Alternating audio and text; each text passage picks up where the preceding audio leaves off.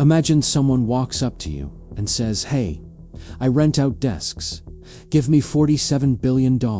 And the richest investor in the world goes, "Sure." After a 12-minute meeting, no spreadsheet, no background check, 12 minutes and a handshake. That actually happened. And when it finally fell apart, it fell apart fast. This is how So What was WeWork actually selling. Technically, office space, you pay by the month. You get a desk, maybe a free coffee. Basic stuff, landlord stuff, the kind of business that has been around for 100 years. But here is what Adam Neumann, the guy who founded WeWork, figured out. People do not just buy desks. They buy what sitting at that desk makes them feel. Think about it this way. You have a little lemonade stand. 5 tables, nothing fancy. But then you move your lemonade stand right next to a massively popular restaurant. Same lemonade. But now people walk by and think, "Wow, that must be a really good lemonade stand." It is right next to the famous place that was WeWork. You paid for a desk, but what you were really buying was, "I am in the same building as the big successful companies."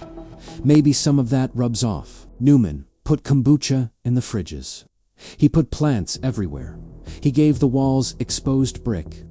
He hired architects to make everything look intentional and cool. He called the whole thing, and I am not making this up, elevating the world's consciousness. He said that out loud. To people in expensive suits, nobody laughed. And this is where it gets clever. Neumann was not really selling to the people renting the desks. He was using them to sell something much bigger to investors. What he was selling to investors was this idea. WeWork is not a landlord. WeWork is a technology platform. Why does that matter? Because tech companies get valued way higher than landlords. Like embarrassingly higher. So if you could convince investors WeWork was a tech company, you could ask for a price. No landlord in history has ever been paid. But there was a problem. The numbers did not work. WeWork was losing money. A lot of money. Mostly because rent is expensive. So Neumann invented a new math. He called it Community Adjusted EBITDA. Do not worry about the name. All it means is, what if we measured how much money WeWork makes, but we do not count rent as a cost? If you have a lemonade stand, and you do not count what you pay for lemons, your lemonade stand looks incredibly profitable. For 2 full years, every major bank and every major investor used that number. And not one of them said publicly, "Wait, this does not make any sense." In 2019, WeWork tried to go public. That meant they had to show everyone the real numbers, not the lemon-free version, for the first time. People read them. People lost their minds. WeWork had lost almost $2 billion in just 1 year. Not a rounding error. Not a rough quarter. $2 billion gone in 12 months. And they wanted to be valued at $47 billion. The IPO got canceled. The valuation dropped from $47 billion all the way down to $8 billion in about 6 weeks. Neumann was pushed out of the company he had built. Now here is the part that is almost impossible to believe.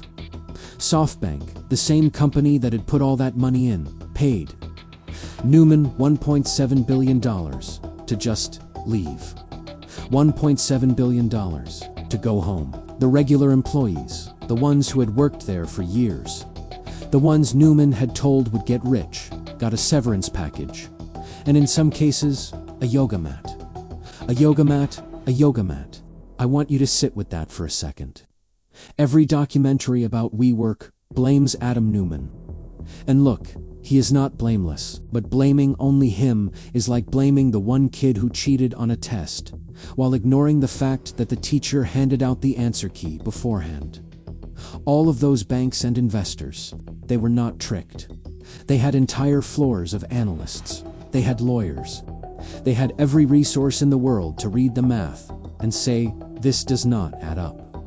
But here's the thing, SoftBank had so much money to invest that they needed WeWork to be worth $47 billion. Because if WeWork was worth that much, everything else in their portfolio looked great too. It was like everyone at the card table had already agreed what the cards were worth before the game started. Newman just dealt the hand they needed. Nothing about that system has changed since WeWork collapsed. The same banks are still doing deals. The same investors are still writing checks. The same incentives are still in place. Right now, today, there is a company raising money with numbers that do not quite add up. And everyone in the room probably knows, and nobody is saying anything. You just do not know its name yet. Every collapse like this leaves a paper trail. Most people never read it. We do. Subscribe to Corporate Autopsy. The next case file drops soon.